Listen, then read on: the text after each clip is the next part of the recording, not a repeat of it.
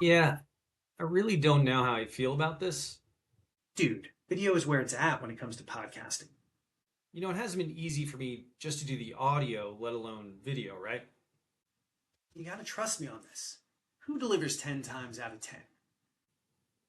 Shaft? Right. Do I ever let you down? Constantly. Literally constantly. Right. But that's not what's important right now. What is the worst thing that could happen? Okay, we can give it a shot. There's my guy. Yeah, maybe you crash and burn and lose a bunch of listeners.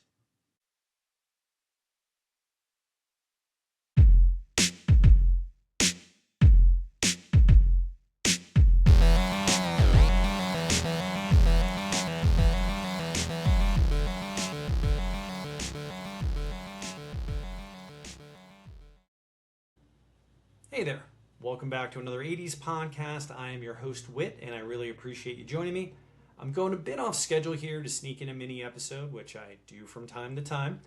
And if you're watching this on Spotify or Apple, you'll see that this episode actually has video. The reason being that I'm going to be reviewing some 80s movie trailers today, and I felt it was important to show them. And if you don't use an app that shows video, no worries. Feel free to head over to my YouTube channel where you can get the full episode experience. So today we're going to be talking about a few 80s movie trailers. There are movie trailers that just don't do a film justice, and there are movie trailers that do, sometimes showcasing how good a movie is and other times revealing its shortcomings. Today we're going to be watching and discussing 3 movie trailers and where I think they fall on that scale. Let's get to our first trailer.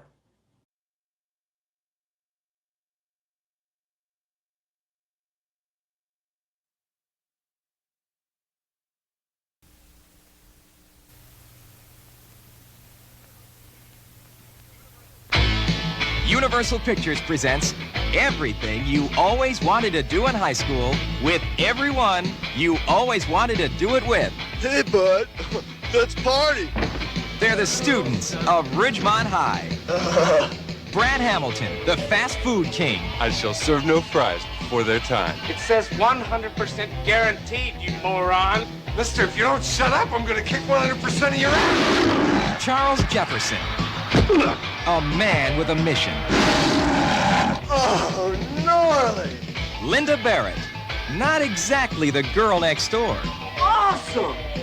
Totally awesome. And Jeff surfs up Spicoli. People on moods should not drive.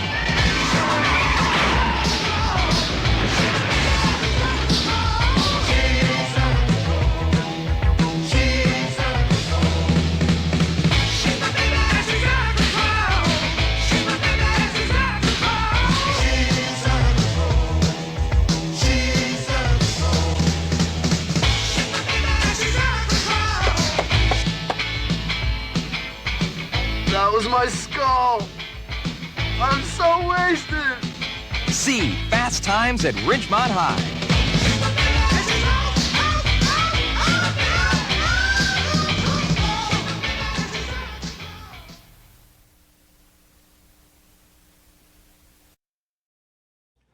Like so many people, Fast Times made quite an impression on me.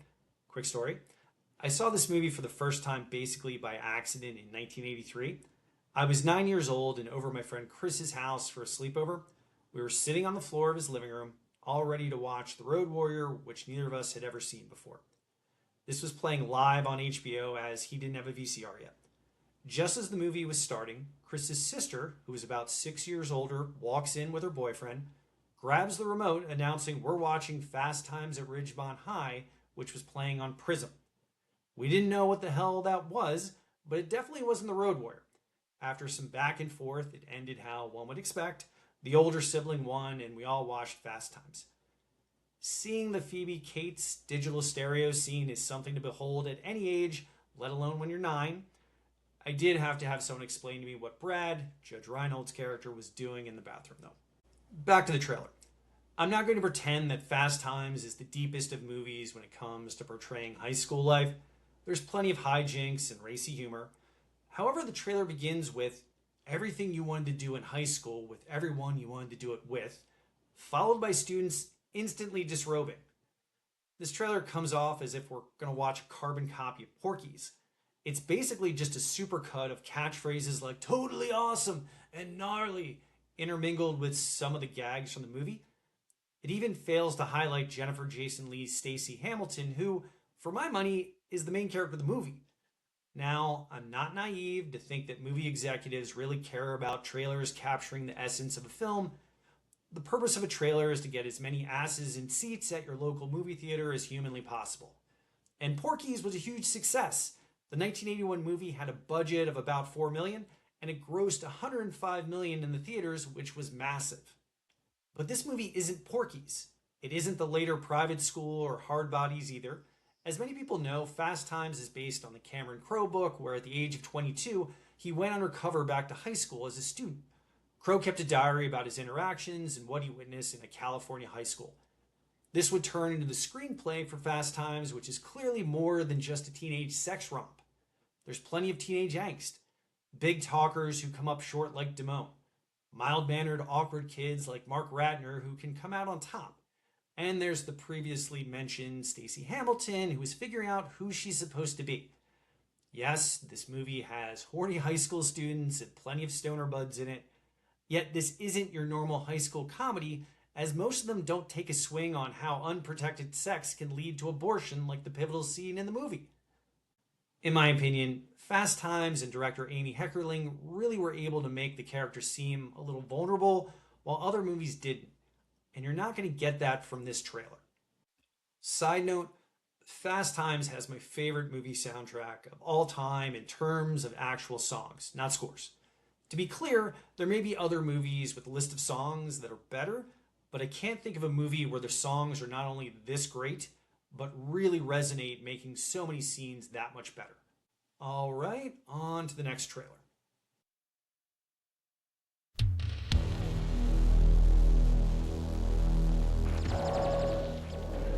New York, a city pushed to the edge. People pushed to the limit, and no one's got the guts to stop them. It's collection time, Charlie. 3 murders, 4 rapes, 9 acts of random violence. This isn't a neighborhood, it's a war. But there is one way. One man who won't be pushed. Charles Bronson. What's the problem? Now you're gonna die. It'll be just like before, Mr. Vigilante, with one important difference. You're gonna work for me. People have got to start to fight back and hard. I sent them a message. That's him. I'll take care of it. And now, he's in the middle of a war. See what you done?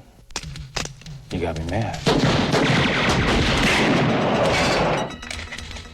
In a world gone mad, there is only one law.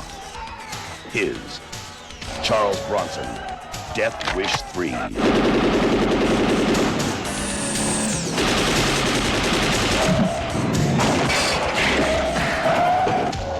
Bronson's back in New York, bringing justice to the streets.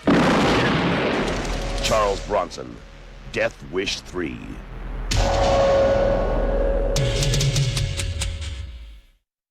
And there you have it.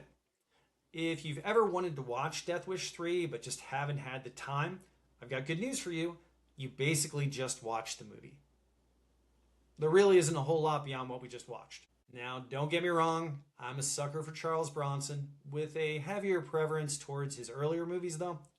And it's certainly not beyond me to be perfectly good with a straightforward, lowbrow escapist movie. But this is nowhere near in quality to the original Death Wish, where Bronson's character, Paul Kersey, was first introduced. Not sure if you noticed at the end of the trailer, but this was a canon production of a Golan Globus film. If 80s action movies is or was your thing, you would be familiar with Menahem Golan and Yoram Globus, who are behind a ton of popular action titles. Missing in Action movies, American Ninja, some Van Damme movies like Bloodsport and Death Warrant. They even produced some Stallone movies like Cobra and Over the Top. However, I wouldn't put Death Wish 3 at the level of any of the aforementioned movies. Basically, and this is a spoiler alert, the vigilante Paul Kersey character returns to New York to help a friend. And what do you know? His friend lives in a bit of a rough neighborhood that has a gang problem. And who needs the neighborhood watch when you have Charles Bronson, The body count is extreme, along with the length you have to suspend your imagination to go along with some of this stuff. Forget the fact that he's barely going to miss a shot, but Bronson's character apparently can't feel pain as he's literally gripping the metal barrel of a .30 caliber Browning M1919 machine gun, firing hundreds of rounds. The temperature of the barrel would be between something like 300 and 400 degrees. Let's face it though, it's really not that important for this kind of movie. We're just here to enjoy the carnage. Let's do one more.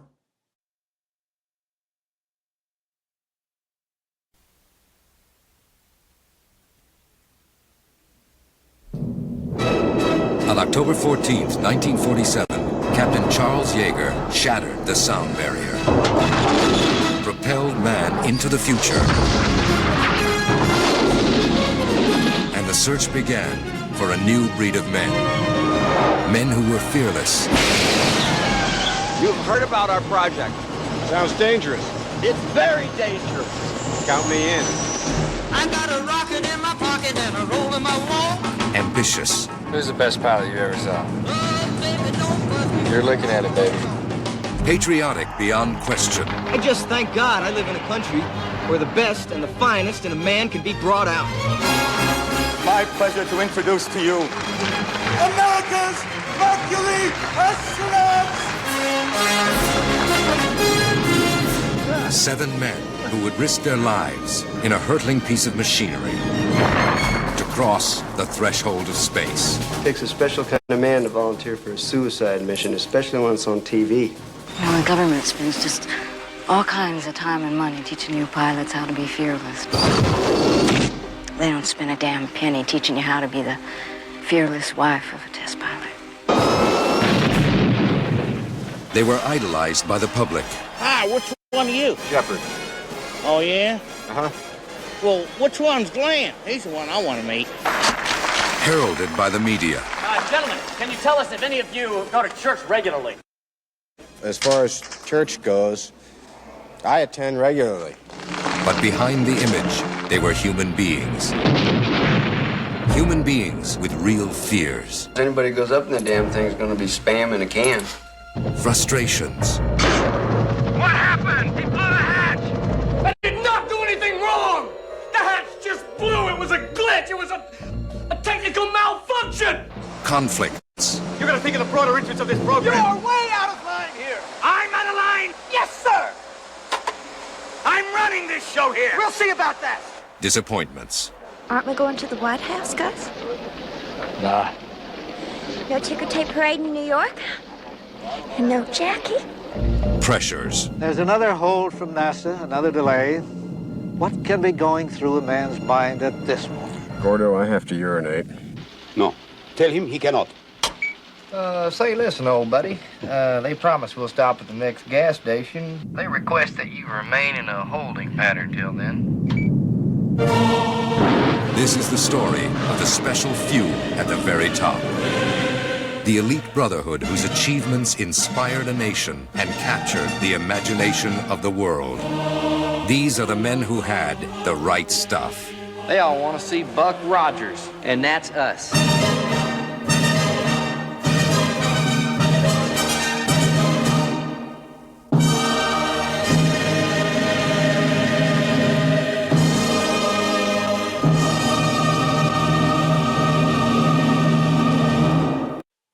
All right, we've covered a trailer which I think does a disservice to the movie in Fast Times at Ridgemont High.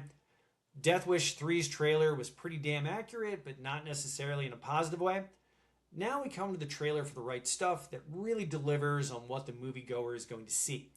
It gives you this pretty much total rush of speed and danger with sweeping camera angles following the first supersonic jets tearing across the sky. The trailer really captures the adrenaline of experimental flight. The director, Philip Kaufman, does a really good job mixing wide shots within tight cockpit shots to really give the feel of a pilot. It's life and death for these guys. Then, the trailer shifts gears from Earth's atmosphere to the next conquest in space. It frames the Mercury 7 astronauts as not just ordinary test pilots, but more like modern mythological heroes stepping out onto an entirely new frontier. And if you lived at the time, or read the book The Right Stuff, These guys were truly considered champions even before they'd done anything in the actual space program. That soaring orchestral score just kicks in and amplifies the whole weight of the mission. I mean, it's the first time in history that humans are being launched into space using rockets that had a nasty tendency of exploding. So the music better be right to convey the gravity of that. And they got the right composer for the job in the form of Bill Conti. If you don't know the name, you should definitely know his music, as he did the legendary music for Rocky and the Karate Kid. However, this trailer isn't just a blind celebration of America's early space program. It leans hard in the intense human friction and political messiness happening behind closed doors. There's going to be failures and finger pointing.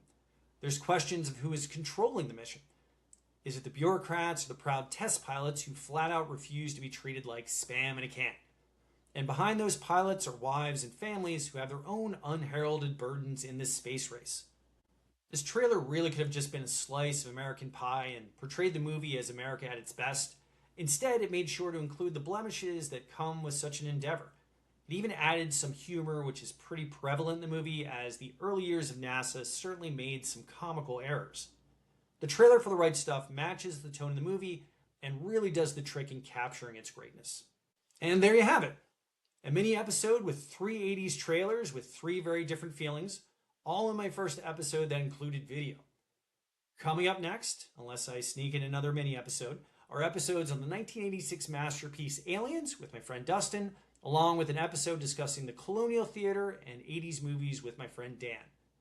As always, thanks to Full Boy Media for producing the theme music for another 80s podcast. I hope to catch you on the next episode. Thanks for rewinding with me.